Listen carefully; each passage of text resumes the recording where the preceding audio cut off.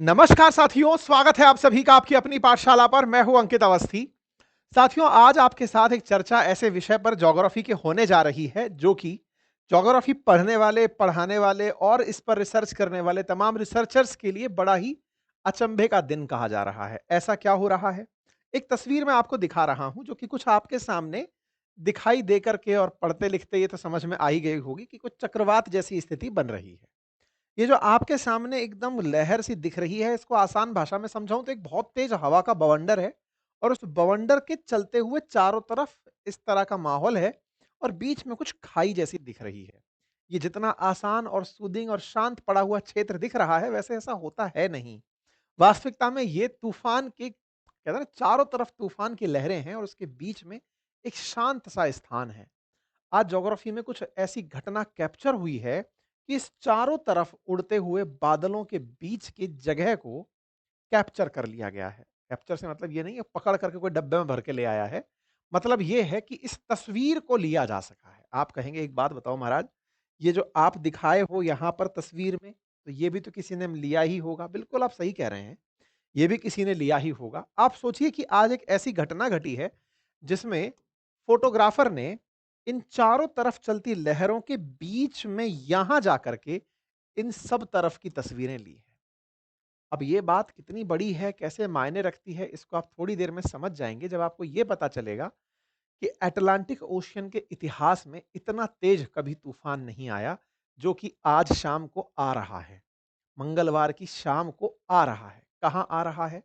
बात हो रही है मेलिसा तूफान के बारे में और ये कैरेबियन ओशन कंट्रीज जो हैं, उनके अंदर आ रहा है। इस पूरी कहानी को आज के सेशन में हम डिस्कस करेंगे क्योंकि हरिकेन मेलिसा, जैसे हमारे यहाँ पर तूफान को साइक्लोन कहा जाता है, ऐसे ही अमेरिका के किनारे अटलांटिक ओशन, कैरेबियन ओशन वाले क्षेत्र में तूफान जब आते हैं तो उन्हें हरिकेन कहा जाता है।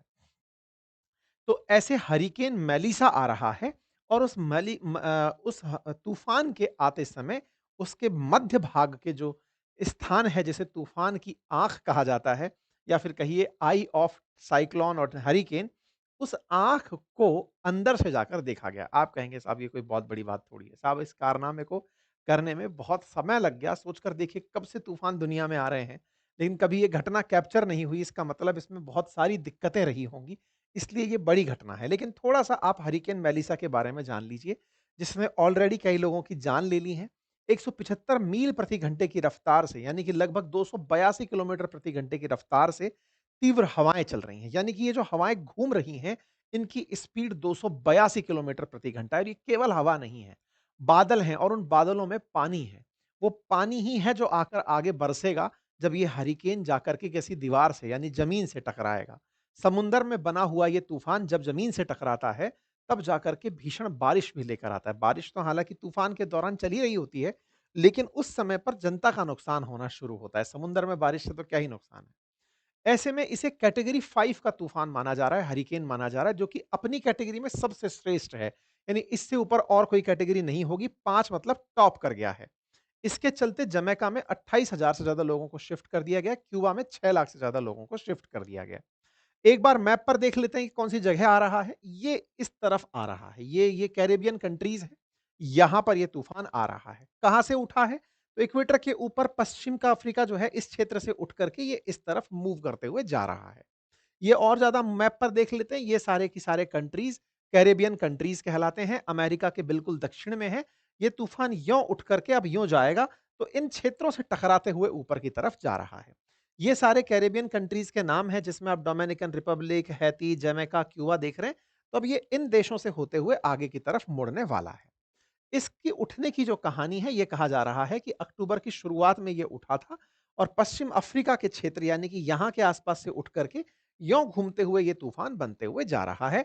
तस्वीरों को आप यहाँ पर आसानी से देखकर समझ सकते हैं कि दिशा क्या है।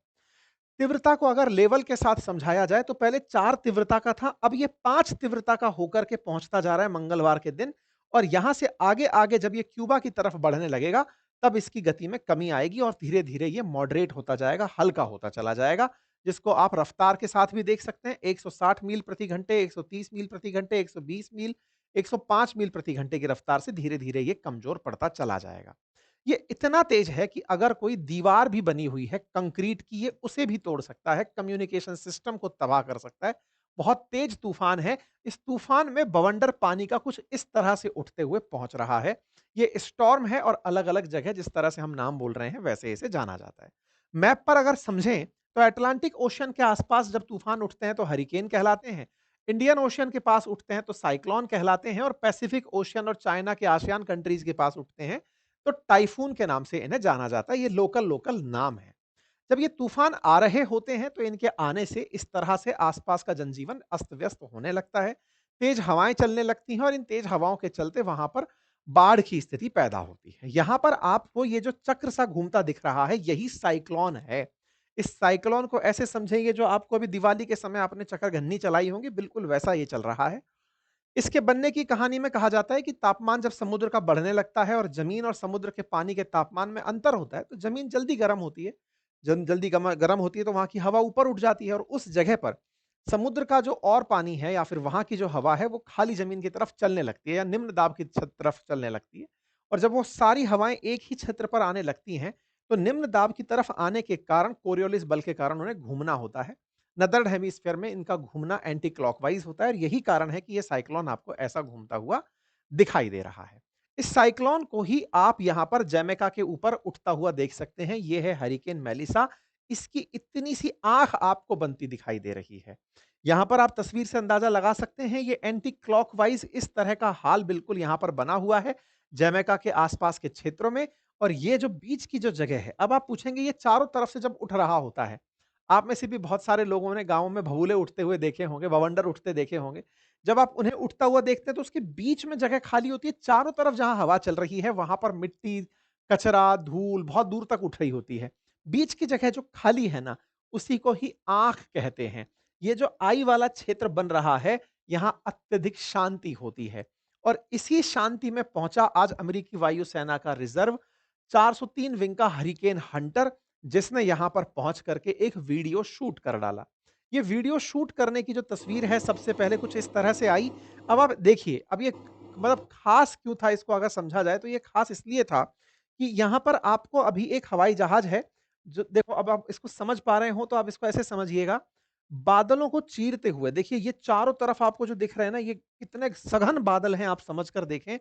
इन बादलों के बीच से होकर के एक जहाज अंदर घुस रहा है। आप पूछेंगे बादलों के बीच से चलना कोई बहुत बड़ी महाभारत है क्या? हमने तो बहुत बार सुना है। बिल्कुल आप सही सुनते हैं, बादलों के बीच से हवाई जहाज निकलते हैं, लेकिन बहुत तेज टर्बुलेंस आता है, कई बार स्थितियाँ बिगड़ जाती हैं।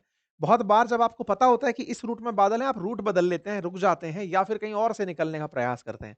लेकिन ये इतनी तेज चलती हवाओं में 286 किलोमीटर प्रति घंटे की तेज रफ्तार से घूमते हुए इन बादलों के बीच एक हवाई जहाज चीरते हुए घुसता है ताकि वो यहाँ की तस्वीरें ले सके कि अंदर की शांति कैसे होती है। पढ़ा तो बहुत है कि अंदर शांति होती है, चारों तरफ तूफान बनते हैं। तो आप सोचकर देखिए कि जहाज अंदर घुसा है और अंदर घुस करके इसे ऐसा लगा है जैसे बादलों का एक स्टेडियम हो और बीच की जगह खाली हो।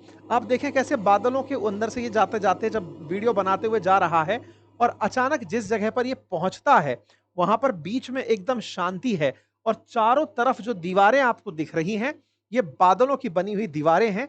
ये आपको जहाज के अंदर उस मध्य भाग में पहुंच करके, यानी कि बिल्कुल ऐसा हो गया जैसे चक्रव्यूह के भीतर जाकर के पहुंच गया हो और उसके चारों तरफ उसको बवंडर बादल दिखाई दे रहे हैं। तो इन्हें काट करके यहां पहुंचना ये पहली बार हुआ है।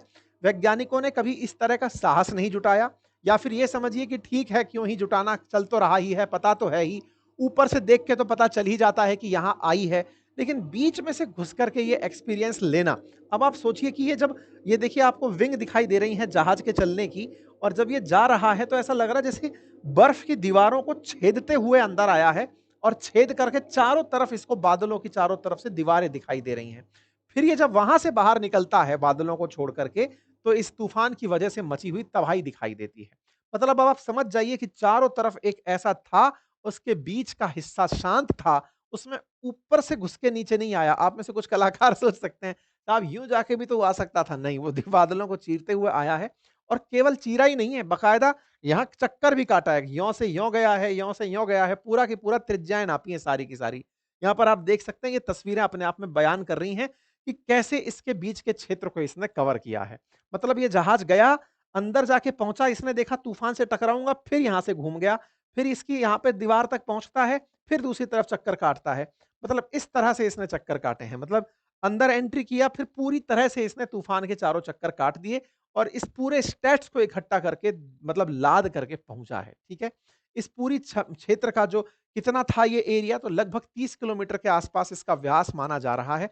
मतलब 8-10 किलोमीटर के बीच की वा मतलब वो रही होगी, एक सिंगल डिस्टेंस जो इसने ट्रैवल की होगी, इस तरह से ये आई दिखाई दे रही है। मतलब समझिए कि ये जो बीच में तूफ़ान के बीच की जो शांति है ना, इसमें जाकर के जहाज पहुँच करके आपकी तस्वीरें लेकर आया, इसलिए ये खबर ख़ास खबर के रूप में सुर्खियों में चल रही है। हालाँकि दुनिया भर में अलग-अलग तूफ़ान आते हैं, सबका अपना नाम होता है, जैसे इसका नाम मेलिसा है, इसके बारे में हम कई बार पहले भी बता चुके हैं कि इसको नाम रखने के लिए वर्ल्ड मेट्रोलॉजिकल डिपार्टमेंट है, वो अपनी-अपनी तरफ से नाम रखता रहता है। ऐसे ही हैरिकेन मलिसा को सबसे तेज़ तूफ़ान में काउंट किया जा रहा है क्योंकि और जो टाइफ़ून आए हैं, तूफ़ान आए हैं, उनकी स्पीड इतनी नहीं थी। इसकी 282 किलोमीटर प्रति घंटे की रफ़्तार मानी जा रही है। इसकी ख़ासियत और बता रहे हैं कि ये तेज़ हवाएँ तो आ रही हैं, सरक धीरे-धीरे रहा है। मतलब 5 किलोमीटर प्रति घंटे की रफ़्तार से सरकता चल रहा है, बाकी तूफ़ान बहुत तेज़ी से चलते हुए आ रहे होते हैं। ये तेज घूम तो रहा है लेकिन सरक धीरे रहा है, ठीक है? तो कुछ इस तरह से तूफ़ान की स्थिति है, खबर बड़ी रोचक थी, मुझे लगा कि आपको पता होनी चाहिए। ये ऐसी स्थिति करेगा जब पहुँचेगा, बारिश से पूरी तरह चीज़ों को तहस-नहस करेगा, बाढ़ लाएगा, सब कुछ करेगा। ये फ़िलहाल की स्थितियाँ चल रही हैं, तो उम्मीद है कि आप सभी साथियों को ये जानकारी रोचक लगी हो। बाकी ज्योग्राफ़ी बड़ी इंटरेस्टिंग है, अगर आप पढ़ना चाहते हैं तो मैंने कंप्लीट ज्योग्राफ़ी पढ़ाई हुई है, इंक्लूडिंग इंडिया, वर्ल्ड सब तरह से। हमारे एप्लीकेशन अपनी पाठशाला पर आप उसे एक्सेस कर सकते हैं, बेहतरीन कंटेंट है और अगर आप घर बैठ के पढ़ना चाहते हैं तो ज्योग्राफी के हमारे नोट्स उपलब्ध हैं, बिल्कुल अप टू डेट हैं, आप उन्हें घर मँगा सकते हैं, इंक्लूडिंग ये चारों किताबें एक साथ आप घर ऑर्डर कर सकते हैं। उसको एप्लीकेशन एप्लीकेशन अपनी पाठशाला से भी कर सकते हैं, फ्लिपकार्ट से कर सकते हैं, यूट्यूब से कर सकते हैं, जहाँ से चाहें आप ऑर्डर कर सकते हैं। Thank you so much.